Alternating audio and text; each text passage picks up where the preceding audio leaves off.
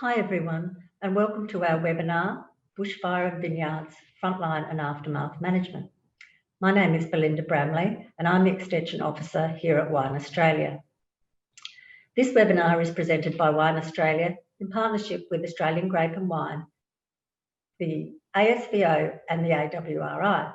Today, Colin Hinsey and Richard Hamilton will host two sessions, Frontline Experiences and Aftermath Management.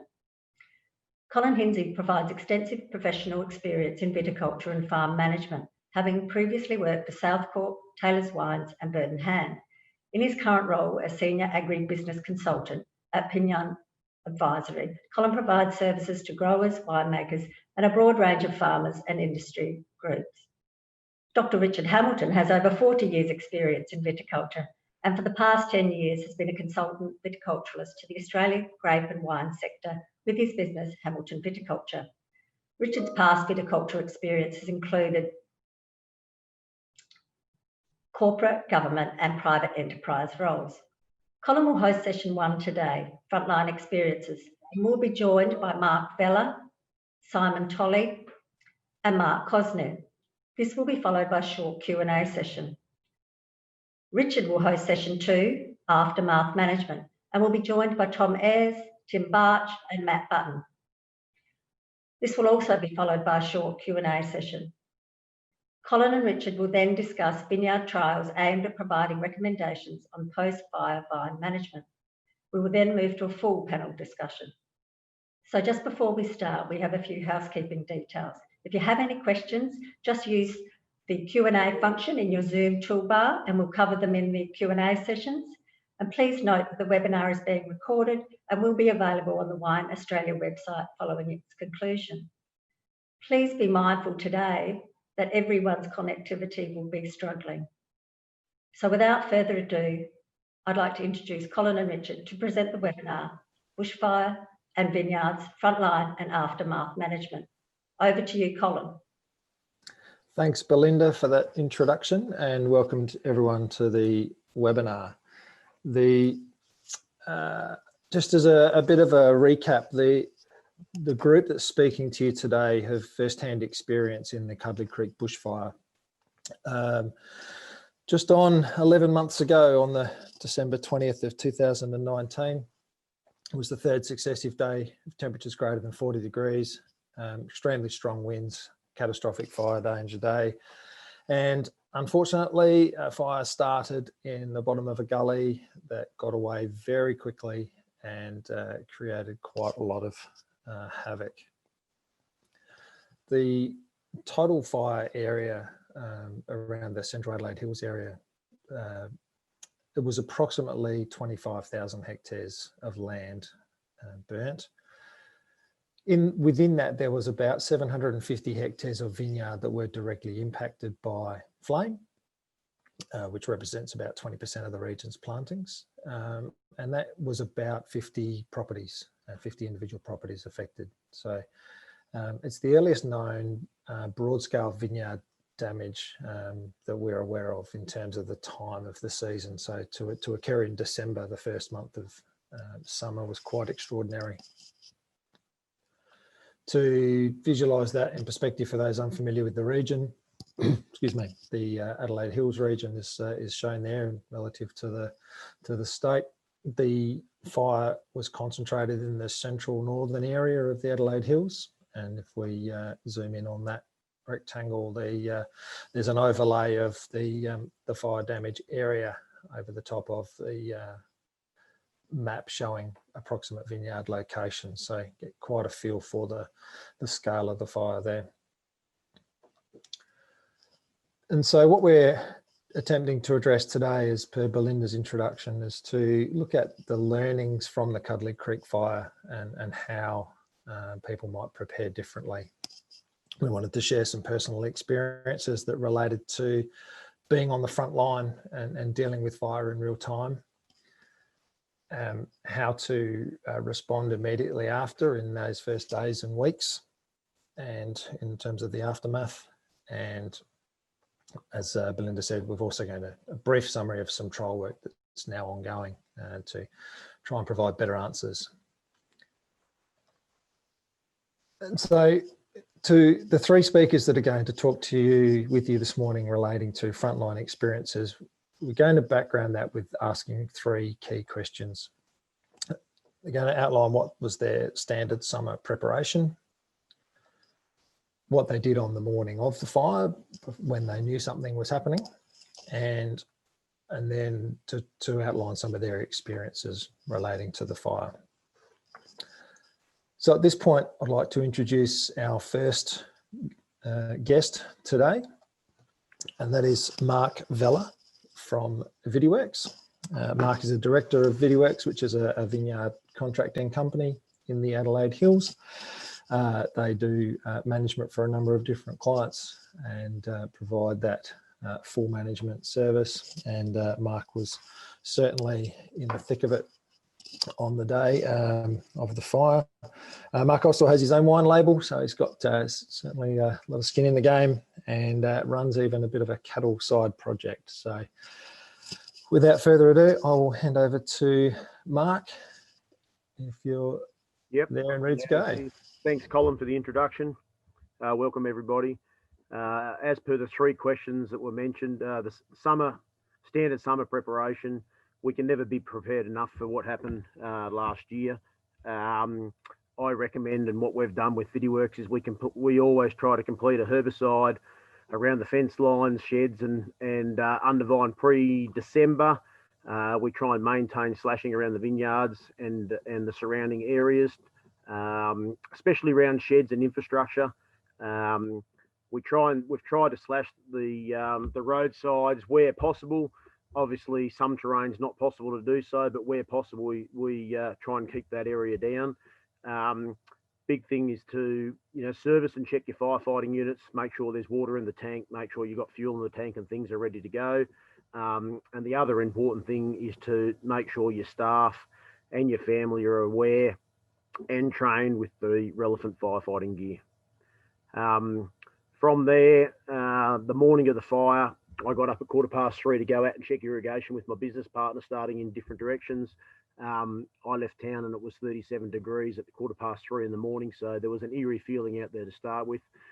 Around the vineyard at Woodside, where the fire hit us just after midday, we had the sprinklers running on the lawns around the house and the offices.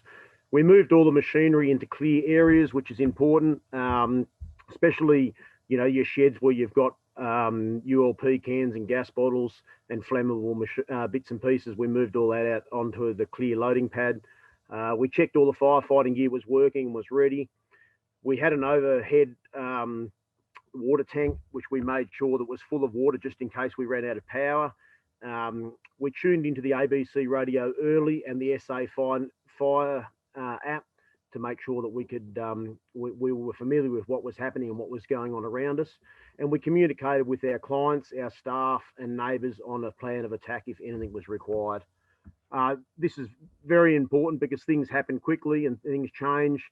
I was always under the influence that having the bombers and the aeroplanes in Woodside so close that there'd never be an issue in the Adelaide Hills. But when the winds got up to 90 kilometres an hour and the Telstra tower was burned out, we had no power, we had no phones, we had no help from the air. We were on our own with our own firefighting equipment. And luckily we had gear ready to go, and we did have some staff members around to help, which was a lifesaver for a lot of our client properties. What did you experience during the fire on the property? It was hot, it was unpredictable, it moved so quickly, it was incredible. The smoke was unbearable and dangerous. Everyone's wearing shorts early in the morning when it's hot, but I strongly advise that you don't wear shorts when you're fighting a bushfire. Several people on a ute makes things much more efficient. And I recommended what worked for us. We had one person driving the ute, we had one person on the ground and one person on the reel. The other person was assessing the vineyard and the area surrounding, just spotting while we're concentrating on what we're doing. A big benefit that we had is we had the firefighting unit on the back of a ute so we could drive up and down the vine rows. We do have firefighting units on trailers, but when you've got the fire in the vineyard, it's very hard to back a trailer with a firefighting unit on the back. So I highly recommend that if you can set something up on the back of the ute, we were able to drive up and down the rows and reverse quickly to get around. Firefighting, communication's a big thing. We were lucky we had two-way radio so we could talk to each other.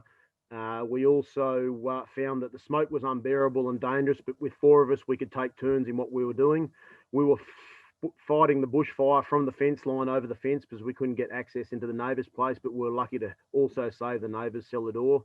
But I can't reiterate, things happen quickly. You can't be prepared enough. You need to have appropriate firefighting gear. That includes long pants and overalls. Have a pair of bolt cutters in the car. If you can have a tiny little chainsaw for things that do fall down in front of your vehicle, it's all necessary. You can't have enough water on board and wear safety glasses. That was one thing that we all said afterwards. It's the key. There's lots of embers and things flying in the air. You need safety gear. So keep the gates open, keep the communication up, and that includes with your staff, your neighbours and your family. So good luck with the growing season, with the fire season coming up, and I hope you get something out of this little session. Thank you. Thanks, Mark. Do you want to talk us through these last couple of photos if you're still online there? Yep. The photo that you're looking at here is a red gum tree on one of our vineyards.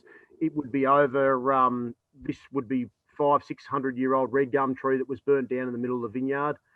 So, you know, a tragic photo of, you know, some really important property that's gone.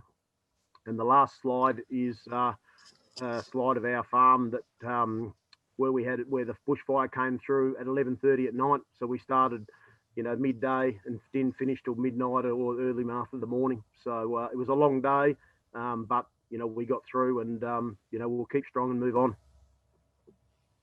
Thank you. Awesome. Thanks, Mark. Thanks for that background there. To paint a similar picture from a different perspective, the next speaker is Simon Tolley. Simon, again, a background in viticulture, well established in the Adelaide Hills, has a couple of properties of his own with his family business, and has ventured into Simon Tolley wines as well, vineyard contracting, and the services to a number of clients in the Adelaide Hills. So Simon's on the other side of Woodside and had a different view of things as they unfolded during the day. So if you're ready to go, Simon, we will hand over to you. Thanks, Colin. And thank you for everyone listening today. Like Mark, I hope you can all be prepared for the conditions that will no doubt come again. Much like Mark, we were prepared. Luckily enough, it was a terrible day. We manage our vineyards like Mark to a pretty high standard, and we make sure that the boundaries are controlled, and vine rows are mowed, and we do keep a clear strip under the vines, which I think helped a lot with herbicide, thankfully. Having a neat vineyard, I think we were just about to trim the vineyard, and so they were relatively well managed, which I think really did help. It was very obvious that if you had good management of your boundary, that too slowed the fire down too, and just slowed down the heat, and hence how far it went. But prior to the day, you know, we actually purposely built a 600-litre firefighting unit that went behind our RTV Kubota, and that was actually really handy. Like Mark said, to get access to the vineyard rows and to tight spots meant that we could put out a lot of fire very, very effectively. 600 litres doesn't sound like much, but it goes a long way, particularly when the front's passed and there's spot fires to put out.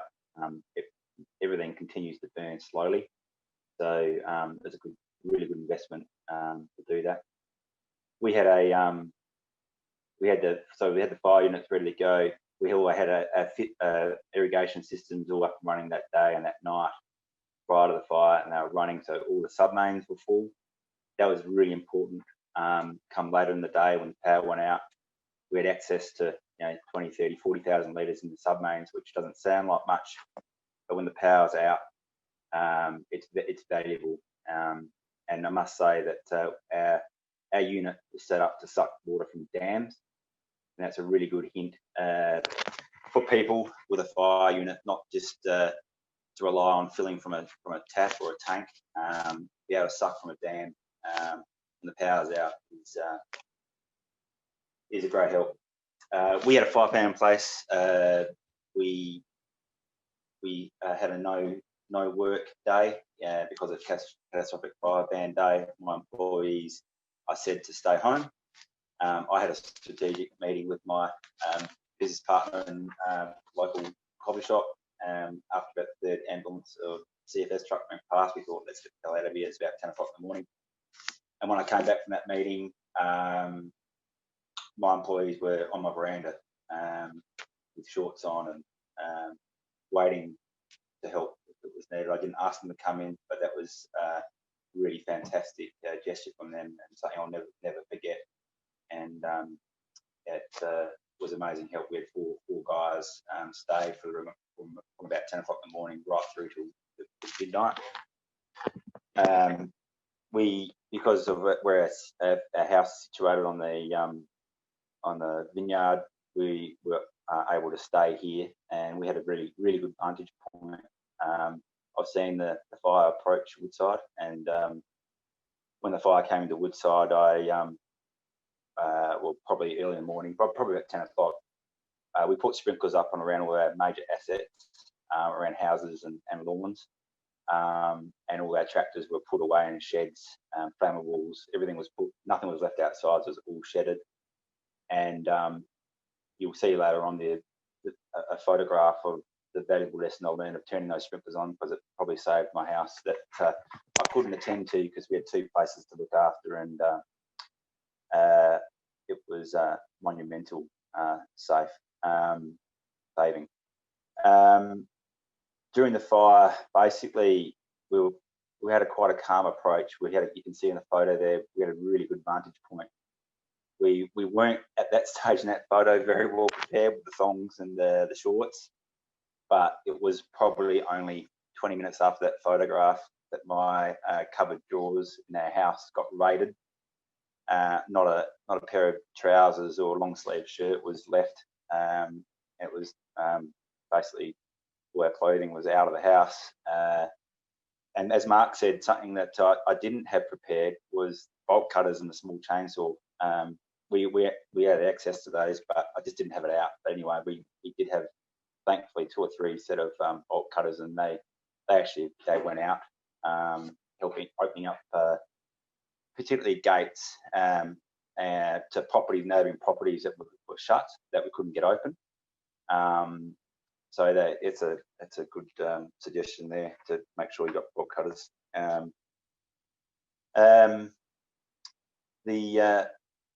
We did have an overwhelming response from our neighbours as well, and I'm ever thankful for those. We had the Wicks boys, neighbouring winery, and the Downers from Murdoch Hill. They were basically on our doorstep, and I ended up being in charge of opening up gates and moving stock around and directing where the fires were from our vantage point. And once we got control of the fires here at home, we went up to where we're building a cellar door at the moment, and the fire front had passed, but it was amazing, as I said before, how much fire we could contain with that 600 litre unit. And so it was a group of my employees and neighbouring friends, and that helped us control it. And when it got to our property there, the wind did change from coming from a northerly direction. It went to a northeasterly direction, and it raced up the hill. And we couldn't really do much apart from put out spot fires with our RTV unit, and also just control all beautiful people who were helping us, and our employees. So it was amazing. Something that I think my parents, also my family, would never forget. Seeing everyone come together in these circumstances, and try and control a fire like this. It really was amazing, and I think my two boys will never forget it, and all my wife or I. So that's a picture after the fire there. That's at where we're building the cellar door at the moment. You can see where the fire front went through. We've cut those right back to basically where the green patch is on that photo, but the guys will probably talk about that later on, how they combat that. But that was the front coming from the left of the screen, raced through the front down to south, and that's a good shot of just how close the fire got to our accommodation site. And you can see that green grass there. That's where the sprinklers were on to, and the fire literally burnt right up to where the sprinklers were on. I'm not quite sure if the sprinklers were on when the fire came through, but the grass and the soil certainly would have been damp enough to stop the fire. So we were really, really lucky that that fire didn't burn that house down.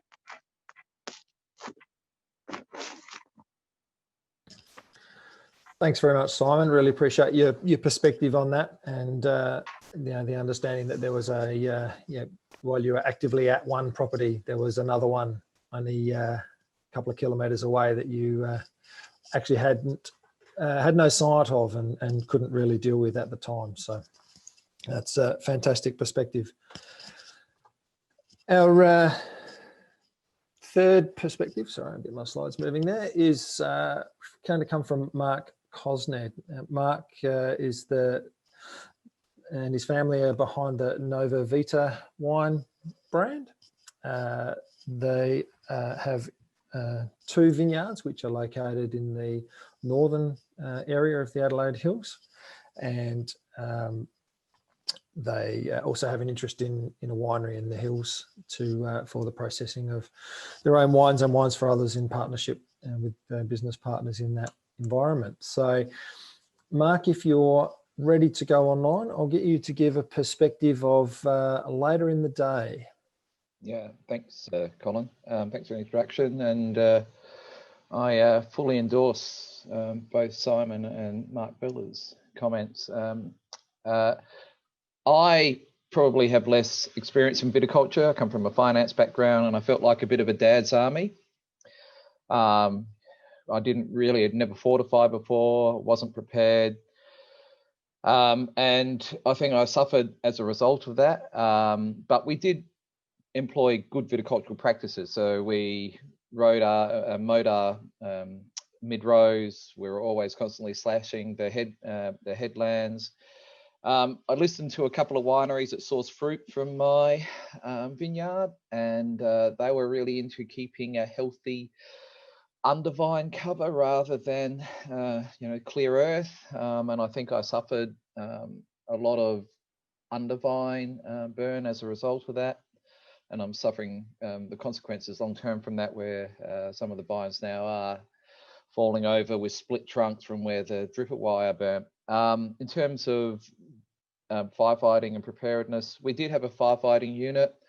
Just listening to Mark Beller's comments regarding a ute versus a trailer. Mine was on a trailer. It was 1,000 litres. And when you're in a sense of panic and you're trapped with flames right around you and you can't see anything, the last thing you want to be doing is backing up a trailer. I got trapped one time where I smashed into some strainer posts with the car, tried to back out, put the trailer into a fence, and thought that was pretty much going to be the end of me. But I was able to get out. So I think putting things on utes which are easily maneuverable, or as Simon said, on one of those smaller ATVs is probably the best policy, and I think it's the number one thing everyone needs to do. The morning of the fire, we don't I think Simon said, in terms of our SOP, if it's a catastrophic fire day, I send my staff home. They don't even turn up the next day. I asked them to get everything prepared. So we had the 1,000 litre firefighting unit on the back of a trailer. I was monitoring. I could feel the air, even down in Henley Beach, was where I live. You just feel the air, and I heard the alert on ABC radio, and knew that I needed to get up on site. I was solo by choice, and that's also because two of my staff actually live in the Adelaide Hills, and I could see that their houses were in the fire zone. So there was no way I wanted them to come and protect an asset that could be replaced versus their home or their life. And one of our staff members lived in Lenswood, and unfortunately his house was burnt, but because he was on site, he was able to save his house. So I'm glad that I made sure that he protected his personal assets ahead of my financial assets. In terms of waiting, it was horrible for me because I could hear the radio, I could see the smoke, and I knew it was coming. And around about 5 o'clock, the property the fire entered the property. So I'd made a decision with my neighbour, and who was well set up for firefighting, that we were going to protect his house. It was also the last point of refuge for us. And we did. The fire came initially from the northwest, came out Porter's Scrub, and tracked into the southwestern corner of my vineyard. But we spent an hour trying to stop the fires getting into the neighbour's house. I then went out and started trying to put out the little spot fires, but when that southwesterly change came through, I can't remember, about 7 p.m, the intensity of the fire was nothing I thought it could be like. With 80-kilometre-hour winds, horizontal embers flying everywhere, trees, pine trees just exploding on the perimeter of the vineyard. Eventually, all of the woodlots around the property just went up in flames. The only thing I did to try and protect the vineyard was to try and put out spot fires around the vineyards. In my memory, I think I ran out of fuel about 3 a.m, but in reality, it might have been 1 to 2. But preparedness, we all need to get smarter about it and be more prepared for this, because I don't think I, as an individual, was prepared, and that's something that needs to be addressed by the industry. After the fire, I woke up after sleeping in the shed at 7 a.m. and thought the whole vineyard had been lost, but remembered and was pleasantly surprised when I drove up to the furthest highest point of the vineyard, and was able to see that I protected about 8 hectares of the vineyard from the fires. So 8 out of 31 isn't bad. I spent the next 4 days in a state of shock, but quickly turned to what next, and it was basically water. How do we get water onto the vineyards? We only lost about 2 hectares that had to be replaced in the end. The rest of it, we're actually lucky. I think we're going to get a crop out of it this year. But things that I'd do better going forward is, Mark Vella listed out a whole lot of stuff, and I've written down a whole lot, but I'm going to implement everything I hear from everyone talking about being prepared. And, we can only get better. I'm going to be doing things like disking, like the old days of farming where you had a fire break. And I'm going to be disking the fence lines of my property in December, and just getting just earth up rather than any form of growth. But the other feedback is, I think the industry now needs to look at fires and put out a paper on what is best practice in preparedness for a fire, because I think there are too many growers out there like me who have had no experience and need some good advice on what to do. So as you can see from the photo, the aftermath of the fire is, it burned up and down every row. We lost 80% of our drippers, most of our filters, and I am now more prepared. Thanks, Colin. Thanks, Mark. That's a really good insight. At this point in time, I'll invite the other 2 speakers to join us, and we'll just address a couple of questions that have come in on the line. So we'll drop the presentation, and hopefully participants can see all of us on video there. So the first one, I will come back to Simon. You mentioned about having your irrigation lines full with water. Can you just expand on that and how that gave you an advantage for sourcing water? It's pretty simple. When you're irrigating, your irrigation lines are full of water in the submains under the ground, and we just tapped into that water source at the last point of the vineyard. It's always there, so it wasn't drained out. Basically, it's there sitting there. It's only gravity fed, so you put it at a low point to get it out, but it was there available. Thanks, Simon. So I think your microphone's just dropped there, but so if anyone didn't hear that, so that's the water in the lines under the ground effectively acts like a big tank. It's a reservoir of water that can be siphoned out into your portable water firefighting equipment. So it's the equivalent of having a big underground tank if you've got an ability to source from it. So I must admit that wasn't something I'd considered. So that's a really good insight. Thank you. Mark, your water supply, how did you deal with that in terms of when power went out? We've got around about a 15,000 litre tank, overhead tank that we use for filling our fungicide units. We filled that full of water, and while the three of us were up in the vineyard fighting the fire, Peter stayed down while the power was running to make sure everything was topped up. We also had, which I didn't mention, a couple of vineyards that had overhead frost sprinklers. So while the power was still running and the fire was heading towards us, we had the frost sprinklers, overhead frost sprinklers going as well. But having that water meant that once the power was out, we could still go in and fill up a 600 litre tank within a matter of minutes to be back out on that fire front again. And Mark Cosned, you mentioned running out of fuel. I think perhaps unless people have got unleaded fuel vehicles that they're running a lot, but simply have a jerry can or two, I guess there's a real risk of running out of the very fuel you need to run your pumps. Any of you guys want to comment on that? Yeah, well, from my point of view, I have one jerry can and with only about 5 litres in it. We did think about that. I now have 6. And I now actually, interestingly, we've got a rainwater tank that runs just off of power to put water around the sheds. I've now bought myself a little petrol pump that clicks into it and runs off of petrol that can actually get us access to 20,000 litres of rapid filling water. So that's how we've sort of changed part of our practices. Great. Mark Vella with fuel, or Simon? Sorry, yeah, go Simon. Yeah, well, I'm just saying that I'm actually looking at getting a diesel generator backup for our bore, both properties, so that the power's out, we'll have access to water. And it's a bit of an investment, but long term, it'll enable us to have a water supply when we need it. Fantastic. Colin, another important thing about water supply is actually water for the guys fighting the fires. I couldn't believe how dehydrated I was in the afternoon. You never think you're going to be out there for very long, but it's all good and well to have water for your firefighting unit, but you need to make sure that you've got lots of cold, fresh water for the guys who are actually, out in the fire front. Can I just make a comment to Simon mentioned an investment?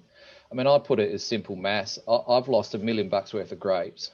I've had to spend about $700,000 fixing my vineyard up, and I've got $250,000 of insurance back. But spending $1,000 on getting yourself prepared is a bloody good investment. I wish I'd done it. I wish I'd been smarter. I wish I could sit back in my nice little cozy office and think the world's going to be fine. But now I'm much more prepared. Mark Vella, I've written about 20 things you've written down on how to get prepared better for a fire. I think it's just awesome. No, thank you guys. And I think just the other thing, which Mark, you mentioned about water for the guys, but how else would you prepare your people? What else would you do you think, to just be ready? You know it's coming. What else? Yeah, we know it. This on the day. I mean, talking now, it's 35 or 33 degrees outside now, and the winds are up at the moment in Woodside as we talk. This morning we had we've got our ute out, the firefighting units ready to go. We've communicated with staff about the situation, and moving forward, I don't think you can get prepared enough. But communication's a big thing, and we've always been a strong believer in the past. Catastrophic days, you send everybody home, but that's part of the problem in the hills. You need people to be around to help. Obviously, we've all got families and kids, and you don't want to jeopardise yourself, but on the day, I always said to the guys that were helping us, my wife's at home, my kids are at home.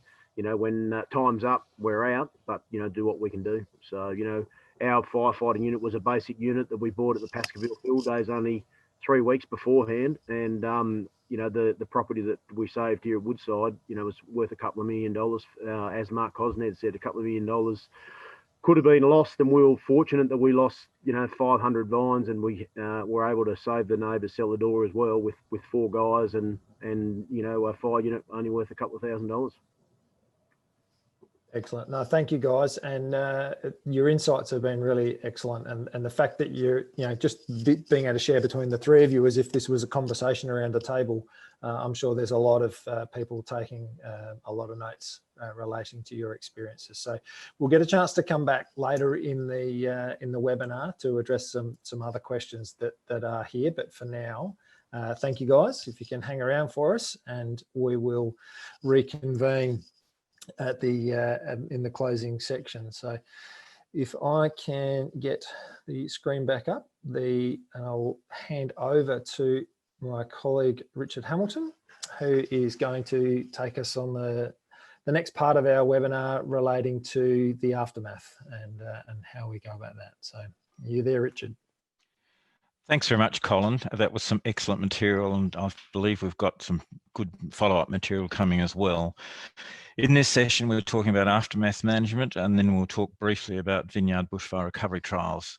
Because on the next day after the fire, I was researching material that I could find to offer best practice information in relation to those who are affected, vineyards are affected. I was really surprised there's so little information, mainly from Victoria, but really quite sparse. And it's clear that we needed to capture information for people for the future. This webinar aims to capture the key points, and for dealing with aftermath management, we've chosen 3 key practitioners to help us. We've asked them all the following 3 questions. The first question, if you could move that, Colin, please. The first question is, what are your strongest memories in the weeks immediately after the fire? Then we go on to what would you do differently? And then finally, what actions did you take to manage the vineyard for the rest of the season? My first speaker is Tom Ayres. Tom is Managing Director of Infield Viticulture and Agribusiness. He has extensive experience in hands-on and consultant support for viticulture across the Adelaide Hills. And I've asked him to provide us some feedback on those questions that we raised there. Tom is involved contracting for vineyards that were quite badly hit, and has frontline experience in terms of dealing with those issues. Tom also provides advice and input to vineyards across the region, and he probably has many others that he's working through too. We're just trying to get him back online so that we can get him to address the questions that we had there. Still coming through. So we're actually, one of the trials that we have is actually on one of the properties that Tom is in control of. And that trial is looking at managing those vines that were quite badly burnt. And in this instance, what we've done is to actually, I'm stealing some of Tom's thunder a little bit. They moved in almost straight away to behead the vines. And there's also a large section of that adjacent that we actually beheaded in July. And what we're looking to do is to compare the performance of those vines over time. What the trials that we have put in place, we have plans for at least 2 years of input, and already we're seeing some very interesting outcomes from that trial. Richard, I can hear you loud and clear. You can hear. Back online. Okay, excellent. Good. Well, look, very pleased to have. Thank you, Richard, for the introduction, and thanks for tuning in today. I really hope there's something useful, if there hasn't been already, and I hope there is in the next section as well. Richard, Colin, very pleased to have you doing a trial on our place, and that information you'll talk about a bit later. But in very simple terms, a 35 hectare vineyard, 10 hectares was burnt, and 8 hectares fairly badly, and then 2 just a little bit of mosaic of damage. And I think perhaps that first question, very initially, it was probably shock, but as that faded away, there was a sense of relief, of course, that family was okay, the house was fine, sheds and machinery were all there, but a weird sense of guilt too, because there were many people who had lost far more than we had. But let's focus on that sort of 10 hectares. And I have to be perfectly honest, we didn't know what to do. I don't think I was alone, but we didn't actually know what to do. But we had a very strong urge to do something and sort of clean up. In the smoking ruins of a vineyard, there's lots of things you can do, and we seem to feel better doing something. So we started doing stuff and quickly worked out the size of that job in front of us was beyond us. So absolutely blessed by and massively overwhelmed by our staff, brilliant staff, and an army of volunteers who didn't want to just ring up and say, can I give you a hand? They actually wanted to get dirty. They wanted to get in amongst it and help with the recovery.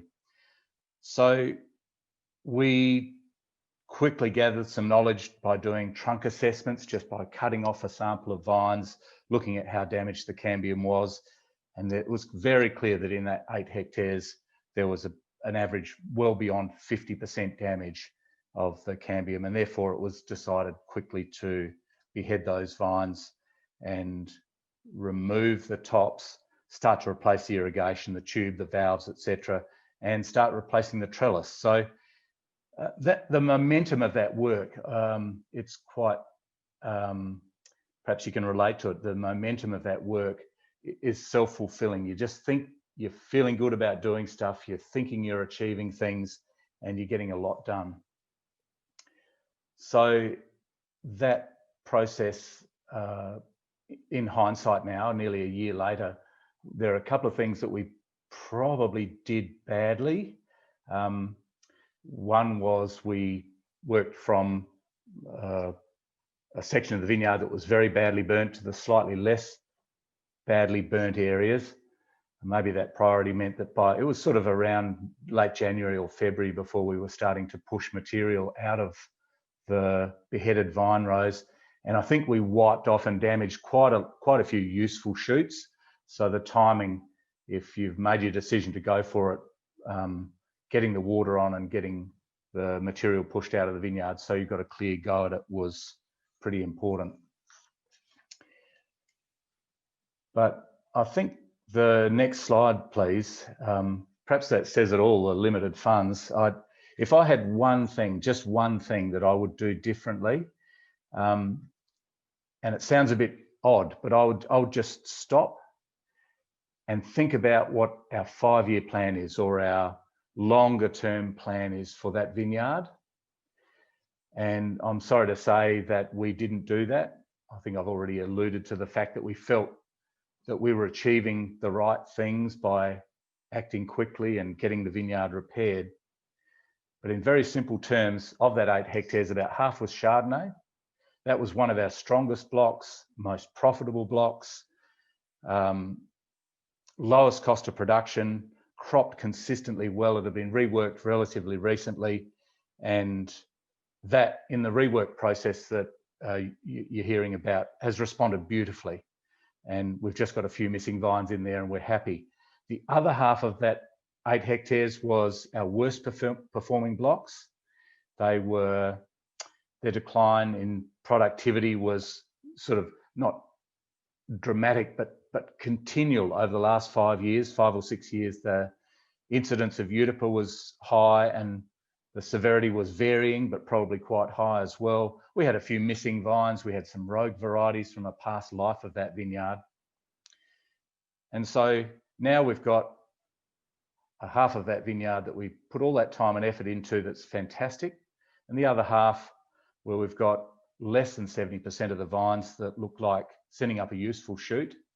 And in crude terms, we've got a block that we didn't really like, that we've invested a heck of a lot of money and a heck of a lot of time that has unfortunately spent the budget and a good deal more. So that's my strongest regret. In the aftermath, I didn't stop and think and be crystal clear about where I want the vineyard to be in 5 years' time. We had a golden opportunity to completely rework that block. It's got new drip tube, new trellis, new wires, new valves, and we've got a rather ugly looking block of, happens to be Sauvignon Blanc, that was in decline, that we didn't really systematically think about what we really wanted for that block. So that's my biggest regret.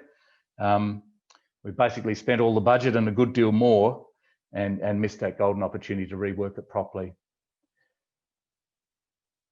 and possibly to a new variety. So that was my sort of one take home, is stop and review your 5-year plan. Even if you haven't got a 5-year plan, you've got a vision, and that vision we forgot for whatever reason, because we just kept ploughing through the work in front of us. Thanks, Richard. Thanks very much, Tom. That's a really important message, and thank you very much for sharing it. This was a horrendous situation. People wanted to get in and do things, and there's a very important message there of stop. What do you really want? Our next speaker is Tim Barch. Tim owns and manages vineyards in the Adelaide Hills. He has a contracting background whilst he was establishing those vineyards, but he now provides contract parcels for great purchasers, as well as production for his own labels. So I'll hand over to Tim to answer those questions for us.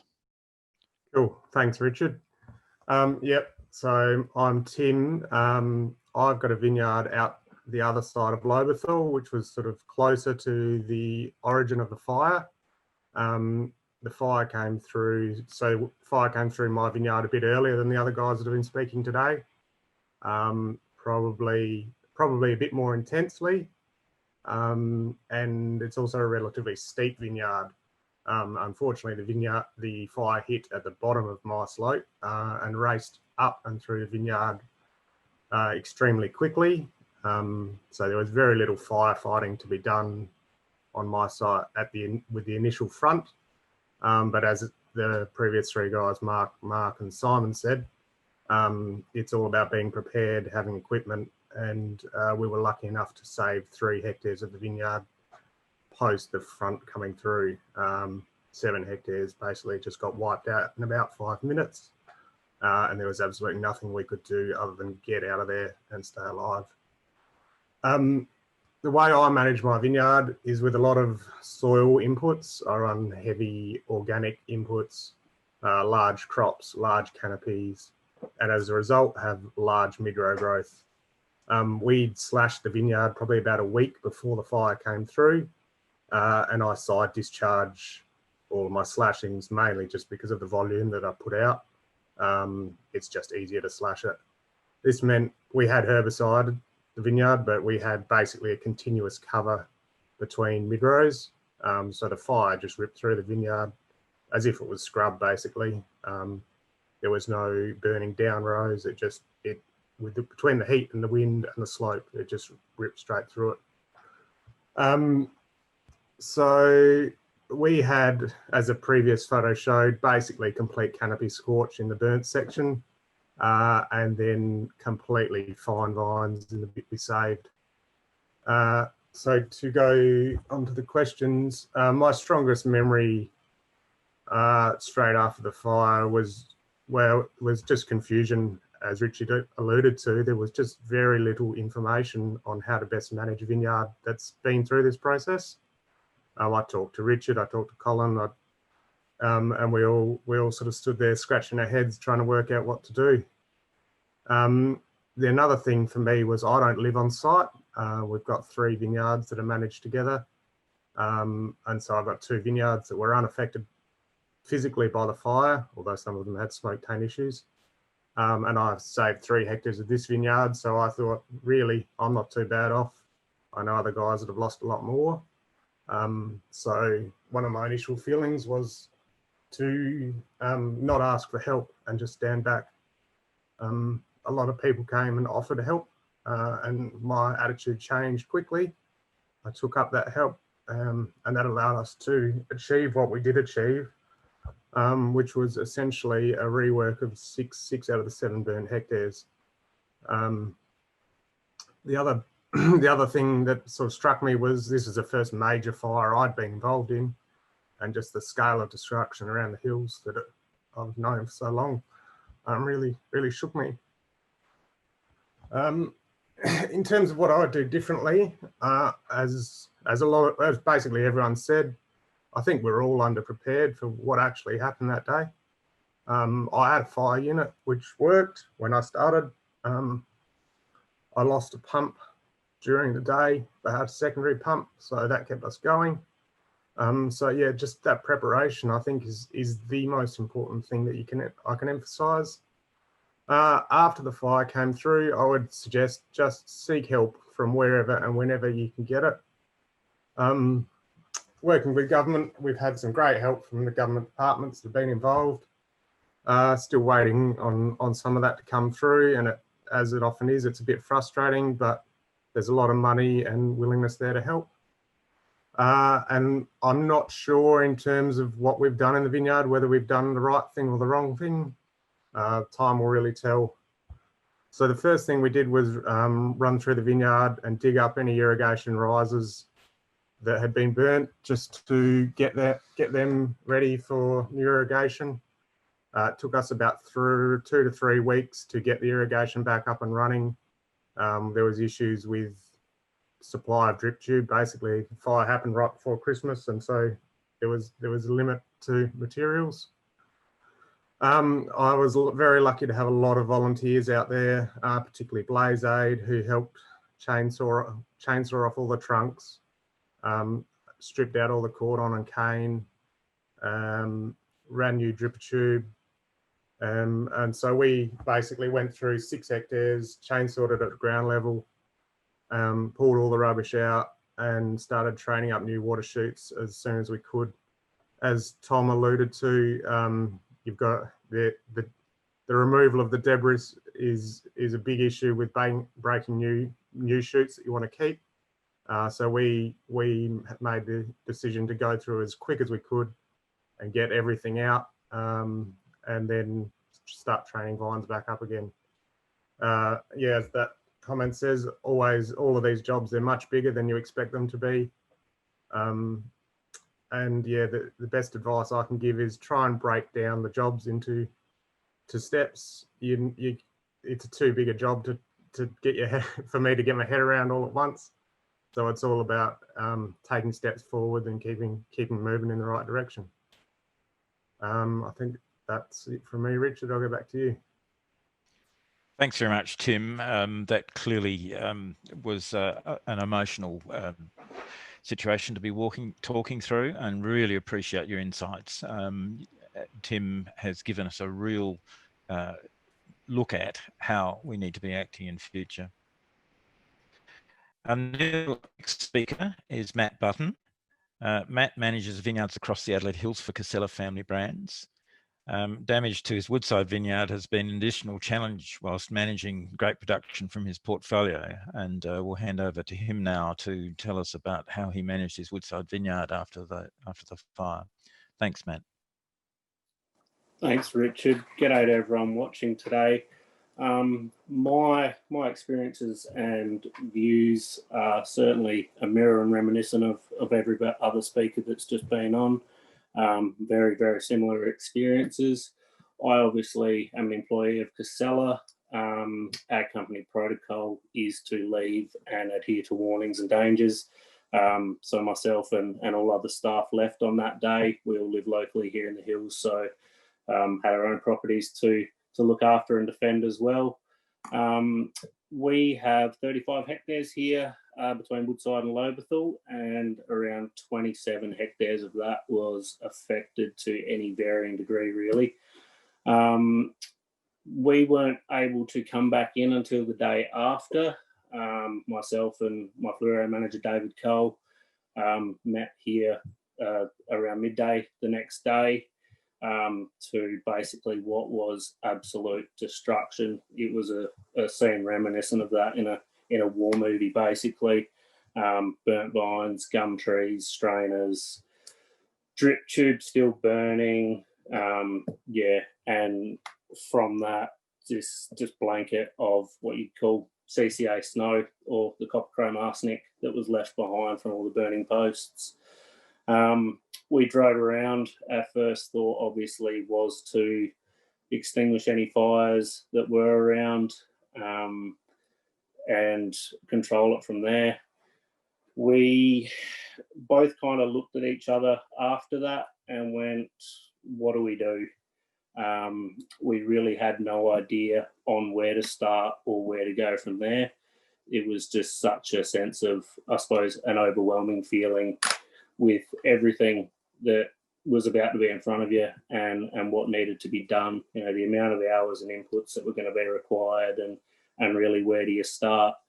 My best advice on that would be to either seek external help, either within an organisation, if you have that capability, or somebody else removed directly from the situation that certainly doesn't have that emotional attachment, can see things a little bit clearer for yourselves. After that, we found as well there wasn't a lot of information of the aftermath help or what was best practice in these scenarios. It was really make it up as you go. And much like everyone else has sort of said, we don't know whether we've done the right thing or the wrong thing. We've all sort of used a different equation and hopefully ended up with the same sort of answer, basically, with productive vines again shortly, hopefully. What actions did we take afterwards? Irrigation became a priority. Our first thought was get water on these vines as soon as possible. That in itself posed its own issues in having burnt dripper lines and irrigation infrastructure, and also reminiscent at the time of year. It was Christmas time, places were closed down, production wasn't happening. How do we possibly go about this? We were able to source some drip tube and commence rolling out tube to get vines to the most water to the most affected vines, and after that we basically stopped and went, what do we do from here? Next time, I would, like this popped up on screen then, my best advice would be to hurry up and wait. There's nothing you do today is going to have an effect on tomorrow. The whole recovery effort is going to be a huge marathon and not a sprint. Take the time to stop, think, assess everything, and go from there. Probably most of all, out of all of that, is look after yourself mentally. The entire recovery effort is hugely mentally draining. Obviously, not only from the financial loss to your business or obviously to your assets, but it's also very, very draining from the heart and soul we all put into our vines each and every year that doesn't have a dollar value, but certainly has a big impact from an emotional point of view. Reach out, speak up, and I guess don't be afraid to seek that support from wherever you can get it from. That's really all I've got. Just take care. Thanks very much, Matt. Some really important input there. And I guess something that's not been stated, of course, is not only did the people affected lose last year's crop, there'll be virtually no crop this year in most instances. And of course that you're going back to the original stage of establishing your vineyard. And of course, in a reworking situation, that's at least 3 years. So these people who've been speaking to you have been hit really hard. Have had to deal with the emotional aspects of the immediate effect, but are also looking at a situation which is going to be really challenging for the next 2 to 3 years. We'll now go into a panel discussion, and we'll get each of the speakers, if you could please, to answer a question. that basically says at the time of the fire, you probably had a million thoughts going through your mind. Have you still got any tasks that you thought of at that time after the fire that you haven't been able to address as yet? Tom, if you don't mind, I'll open with you. Yeah, excellent reminder to have not just firefighting gear prepared, but have it agile. And we did amazing work with 3 things: an old fungicide cart towed behind a ute mounted, and believe it or not, knapsacks, 15-litre knapsacks.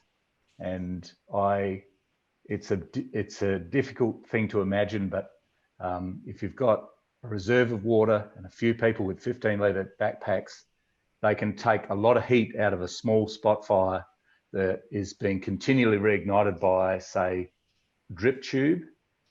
And to be able to take the heat out of it with just a small amount of water was something that I wouldn't have forecast as a useful tool, but agile to the point of a 15-litre backpack, I think it was nearly my best friend at the end of that day. Very good point there. Tim, have you got a similar view? Yeah, I'd pretty much reiterate what Tom said. Yeah, setting up fire units, having plenty of water on hand. We had a tank on site that we could drain into our fire unit, but that was just luck. It wasn't organised, so it's that preparedness. We also use knapsacks, found them very useful, and we were even out there with rake hose and rakes cutting fire breaks just to stop it spreading under vine sort of later in the day. So yeah, it's back to those hand tools that you think we've all progressed on from. Became very handy in that situation. Very good point.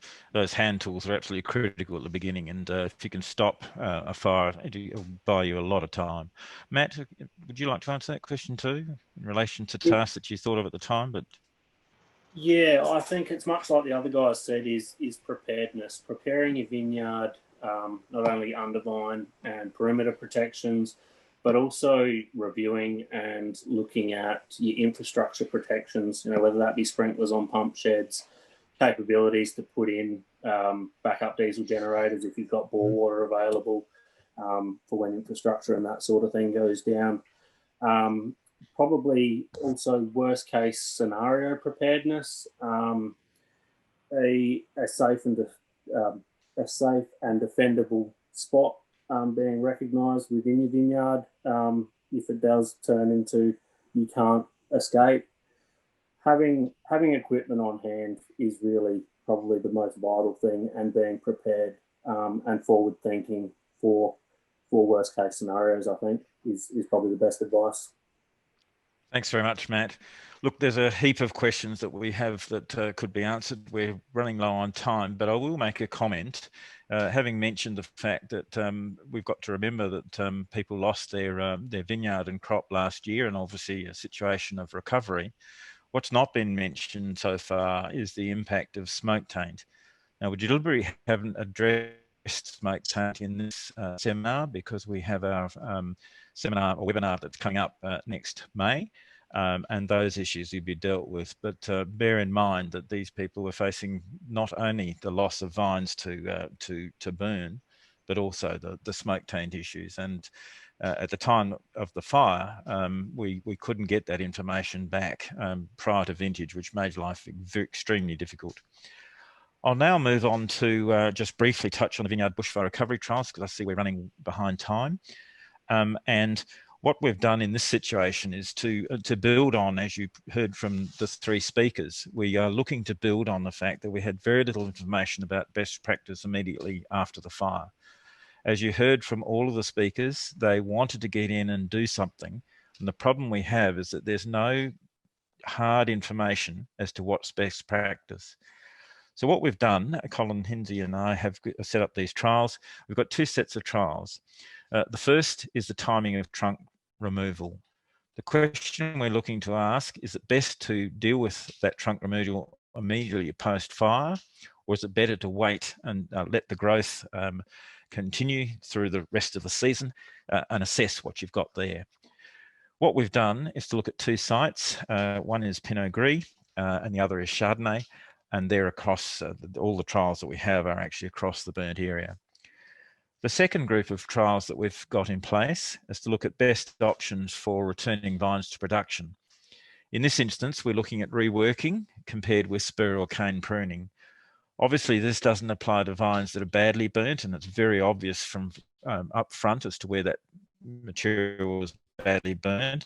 And one project Colin Hinsey was involved in was to actually use remote sensing to pick up damage in vineyards and then to go in and do a ground truthing.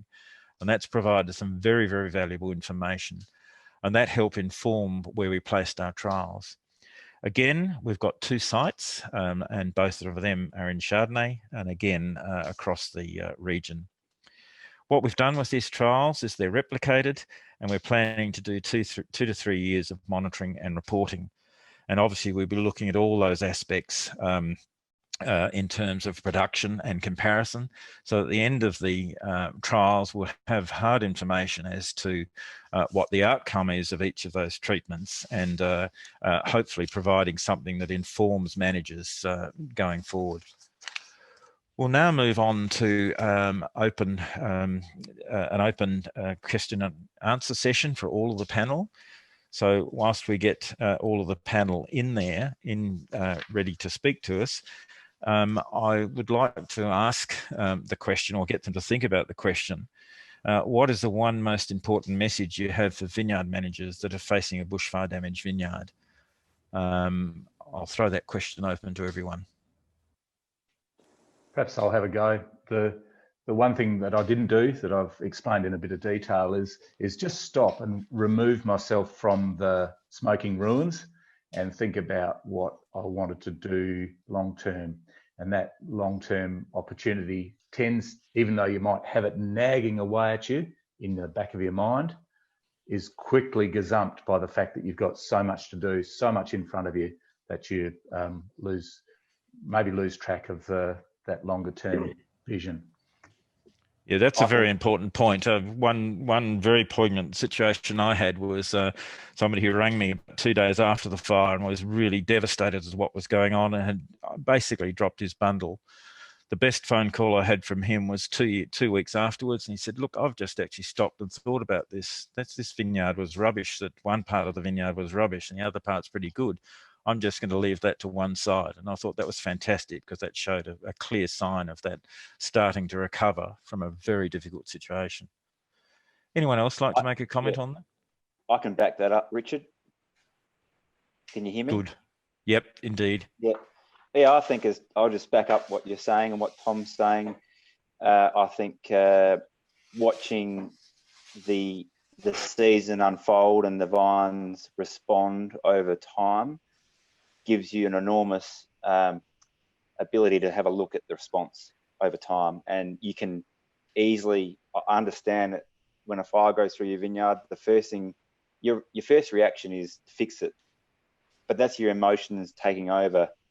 The reality is that it takes time to rebuild. And as Tom was saying, I think the best thing is to do is just to sit back and watch what happens and watch the response and then make the decisions in time rather than being, I think, too quick with the trigger. Yeah, another factor there is to remember that it's going to take vines 2 weeks to start to reshoot. And once and it may take that time to start thinking about taking action. But one thing I've noticed from a number of growers is that in the process of actually getting into the vineyard up to, after 2 and 3 weeks when shoots are starting to happen, the amount of damage that's caused by trying to pull that debris out, knocking off those shoots is really quite an issue for the future. Yeah. But I don't underestimate the importance of water. Sit back and watch, but the vines are going to need water to help recover. So with water and time, it gives you a really good assessment after a 2 or 3 month growing season. Yep. Yeah. Do other Marks want to make a comment? I agree with all the speakers. I think it's really important about standing back and having a look at the whole picture. Don't be a racehorse with blinkers on. Stand back and assess the whole situation. We did that with some of our clients. There's a lot of Utipa in the hills as well.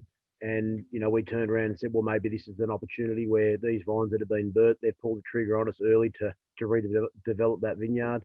You know, horrible way to make a hard decision, but truth being, it's actually you know, we've turned a negative into a positive quickly. But you need to stand back. You need to put water on, like what Simon said, and I think the other important thing is to communicate with your peers. Like, it's a really tough time. I lived down in Adelaide, so I could go home each day away from the fires. But you know, a lot of you guys, your houses around those fires, and it's just heartbreaking to see everything black and those smell for months later. We only did the last of our burn-offs last weekend, cleaning up for this fire season, and all the kids, you know, they were quite upset actually with the smell of smoke again. That, you know, things are upon us again. So I think communication as a community and as friends with your neighbours is really, really important. Yeah, just to back up Mark's comment, you know, I mean, the first 2 weeks I was in a state of panic, but once I stopped and smelt the roses, I sort of sat back and started to plan what the future looked like. But what I did do was, like Mark said, you speak to your peers, because a little bit of knowledge across many different minds actually builds up to something stronger. And, you know, I listened, so Tim and I spoke several times. Richard, I saw you several times. We went to a lot of the government and the industry seminars, and, you know, just sitting back and listening. And then it gave you perspective and time to make the right decisions, because in the first 2 weeks I was panicking. And then after the new year, I had time, I listened to what people were saying, I went to the seminars, and I made, I think, the right decisions. Excellent. Tim, have you a comment? Sorry, yeah, just to basically highlight what everyone's saying. I used the opportunity. I was fortunate enough that the vineyard that burnt was the varieties I wanted, but I had Yidapur issues, and I used the opportunity to rework the vineyard. So I think in the long term, I'll have a better vineyard than what I started with. But yeah, it's a matter of just stepping back, as Tom said, working out which blocks you actually want to keep, which blocks you take the opportunity to remove, and yeah, don't rush into things. Make sure you've done your counts, you've worked out what it's going to cost you, what you need to do, and what you want to salvage and what you want to replace. Don't just go out there and work for the sake of working, because there's plenty of work to do and it's not all productive. Yeah, no, that's a really good point. And another reminder to this one too is that this bushfire was a lot earlier than we would normally have bushfires in Adelaide Hills. Being a December fire, most fires were normally, or in the past, have been in late January into February. I've just heard 2 fire bombers going over us here at Ashton at the moment, and yeah, but we will certainly burn later on in the season. Colin, have you got some questions you'd like to ask the panel? Yeah, thanks, Richard. Love to take what positives we can from the vintage 2020, particularly those that have perhaps you know, with their own wine brands that have taken some crop from other vineyards or from around the area. So obviously there was crop loss by the vineyards directly impacted. There's no doubt been some smoke taint issues, but there's got to be a few gems out there. Mark Cosned, do you want to kick us off there with what the rest of 2020 looked like? Yeah, for me, from disaster, you know, you've got to start planning, and I already, you know, within 2 weeks have started to think, what are the consequences of smoke taint? You know, do I have a crop I can harvest? I had 2 vineyards. Both vineyards were, one directly affected by the fire, one indirectly due to smoke taint. I made a strategic decision. I listened to all of the information I got about making wine, because I have a wine brand that's built around my vineyards, and we put in place practices. Did lots of testing. You know, I actually, of the 8 hectares I was able to save, I got a commercial crop of Sauvignon Blanc, Chardonnay, Gruner Veltliner. The other vineyard that was smoke taint affected and rejected by some of the wineries, I was able to pick Pinot Noir for sparkling / rosé base. And out of the you know, the ashes, I've won 3 gold medals at the major wine shows, numerous silver medals. And the quality is excellent. So, you know, if you're smart about it and you apply, you know, decision-making processes, you know, don't panic. You can recover from this. So, you know, from a disaster, I've had some form of recovery. And I hope that, everyone else that is able to, we've got to defeat this perception that the whole of the Adelaide Hills was burnt to the ground and no one got any good fruit from the 2020 vineyard. Well, I didn't make any reds. I didn't make anything that required maturation, extended maturation, and especially in oak, because that was your risky area. But the aromatics, I think, have been one of my best years. The irony. Thanks. And certainly, the weather conditions experienced during ripening were actually quite ideal. So, yeah, absolutely. Who else wants to have a stab at that one? I'll just add something on that. Yep. I developed a relationship with a large commercial processing winery about 6 or 7 years ago, which was conveniently just before the Samson Flat fire that we had in 2015, I think it might have been. Yep. And I put fruit into that commercial winery that was rejected on smoke taint in 2015. That fruit was processed absolutely fine, sold as bulk wine. And because of that, that relationship that I developed and worked with over the years, I was able to do the same thing very quickly in the last vintage just gone, and I pulled in fruit from myself and from other growers that had fruit rejected on smoke taint, and we salvaged a lot of fruit into commercial products that looks absolutely fine. So it was just well worth building and maintaining a relationship and having a fallback position to manage fruit when something goes wrong, albeit smoke taint or a disease issue or over excess tons or whatever it be. It's very handy to have a plan B that we often don't have, but it's saved my skin a couple of times in the last 5 years and been well and truly worth it. Thanks, Tim. Simon? Look, I just want to reiterate the importance that Tim's what he's backing up what he's saying is very important to widen your sales scope and to use your contacts widely, because there will be people who need the fruit, and there are ways to make wine to minimise the smoke taint. And I just want to highlight one of the issues that I had with this year. We made wine this year. We bought fruit from other vineyards that I manage, thankfully. But one of the problems that I had was that because of the press coverage, most people who saw who come across my brand think that we were burnt out and didn't make anything.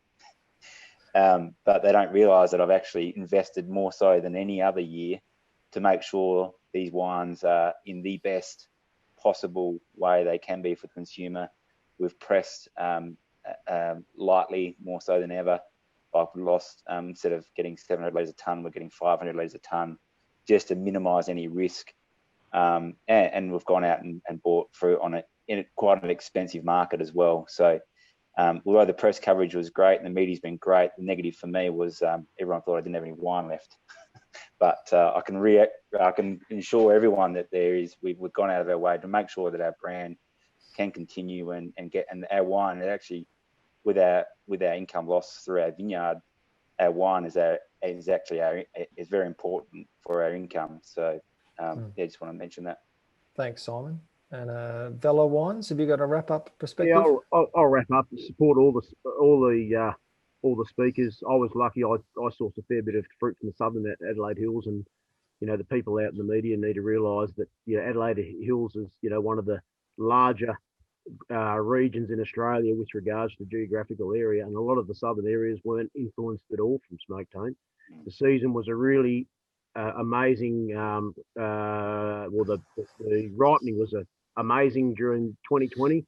I made 3 out of my 4 wines. My Pinot Blanc I couldn't because the vineyard was burnt, but the wines have been bottled now and they're absolutely exceptional. And people need to get out there and support the Adelaide Hills, because some of these 2020 wines are amazing. I deliberately haven't posted anything on my Facebook media regarding 2020 vintage, because it's putting salt on the wound to people who were unable to harvest fruit and were slightly affected by smoke taint. But there's a lot of fruit that was picked out there, and there's a lot of bloody good wines out there at the moment. So everybody jump on board and support those Adelaide Hills growers and wine labels, because it's turned out to be a bloody good vintage for some people. Fantastic. Thank you, here. Mark. Thank you. If I can throw one different question to Matt from a company perspective. Most of the speakers are owner operators or contract managing, but from a corporate perspective, and there'll be limitations obviously on how specific you can be, but has company policy changed at all, or been discussed at least regarding that stay or go policy? Not so much whether you personally, regret or wanted to be there, but has the company's perspective changed, or has it been reinforced? Our company perspective hasn't changed. We are currently undergoing a review, a draft fire plan. From a corporate perspective, our stance is we'll never ask staff to actively stay and defend a fire. It's too much responsibility on us as a company to put that to our staff. And also from a WHS perspective, in a corporate environment, obviously would then have to, look for the word here, would require specific firefighter training to cover those bases, basically. So no, ourselves, we will never actively ask staff to stay and defend the property from that kind of point of view. So it's a personal thing. If I had my time again, I still say to this day, I would have stayed myself and defended, even against orders, basically. So yeah, it's the heart and soul that was lost in the vineyard. No direct financial loss to myself, but yeah, it's been a huge year in the recovery effort, basically, and something I hope that we never go through and nobody else has to go through again. So yeah. Thank you, Matt. I think that's a really important perspective, that even if it's not the owner-operator level, it can still be the employed manager, the staff that take it personally, that wear their pride on their sleeve and do actually, they are impacted by what's going on. So, that's a really fantastic perspective. Richard, how are we going for time? We're really struggling for time, but I will just ask one question that came in from outside. Sorry, that's the question is in relation to why herbicide. It's a really one in the sense that herbicide is obviously a situation where you can control undervine growth, actually reduce the impact of fire at that point. Can you still see me at this stage? I've lost myself. Your video's off, Richard, so we can get your audio. So keep going. Okay, no, that's just, we'll keep going with that.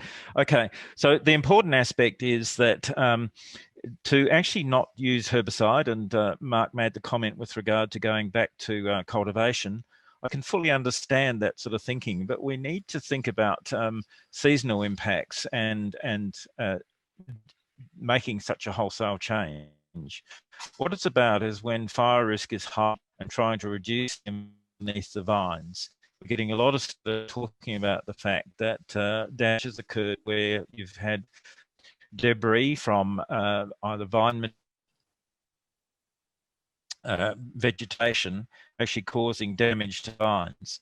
I think there are many ways that we can deal with that, and a combination of herbicide and possibly a little of cultivation is important.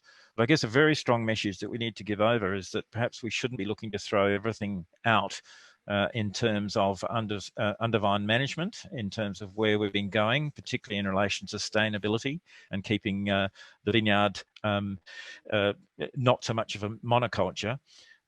So I think it's something that's going to need extra work.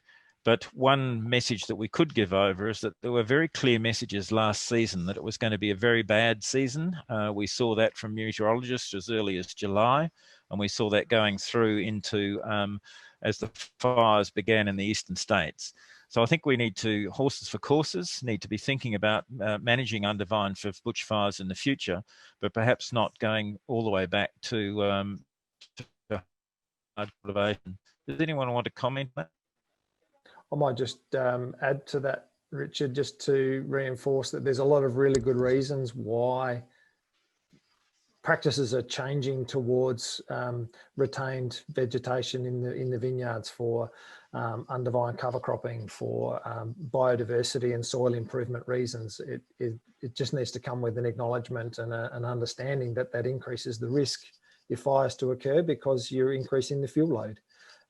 And so, you know, we know of examples where someone slashed their grass the day before and that made a big fuel load. Tim gave an example of deliberately slashing a bulky cover crop of the mid-row to the undervine to provide like a mulch environment, which in a dry season is a perfectly logical practice to adopt.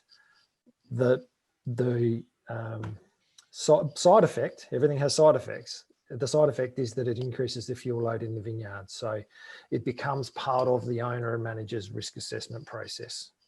And so, as I said, there's still lots of really good reasons for the practices that are becoming part of modern viticulture. Yeah, just to Thanks. Sorry, Colin. Yeah, I discharged my slashing only probably a week before the fire came through. It definitely added to the fuel load under the vine, which added to my post losses and probably the speed and ferocity that the fire came through the vineyard. But having said that, I still believe it's the best management practice. It's a steep site. I can't go to cultivation because it's too dangerous in terms of soil erosion. And I wholly and solely believe in building that organic matter. So yeah, it comes at a cost, but it's not a practice that I think I'll change after this. And I think to also add to that, in terms of modern vineyards are irrigated with plastic tubing running right next to the trunk of our vines. It's quite clear the vines that were most severely damaged are the ones where the drip line caught fire and melted, where there was molten plastic on the ground or no sign of the dripper at all. That is where there was the most intense heat. The trunks had split, the vines are dead. But we're not going to not irrigate our vineyards.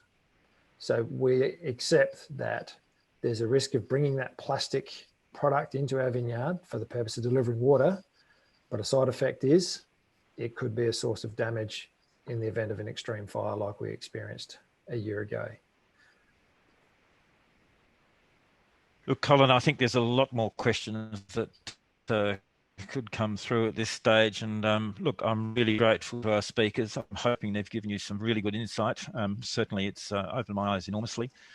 Look, thanks also to the audience, and we hope we've provided material that you could be thinking of now and perhaps reviewing your practice, and I hope that it's of use to you in the future. There may well be some unanswered questions among the audience, and on this final slide, we've put all the associations of the people speaking. We've only put details for Colin and myself for making contact. If you do have questions, please put them to us, and we'll either pass them on as a...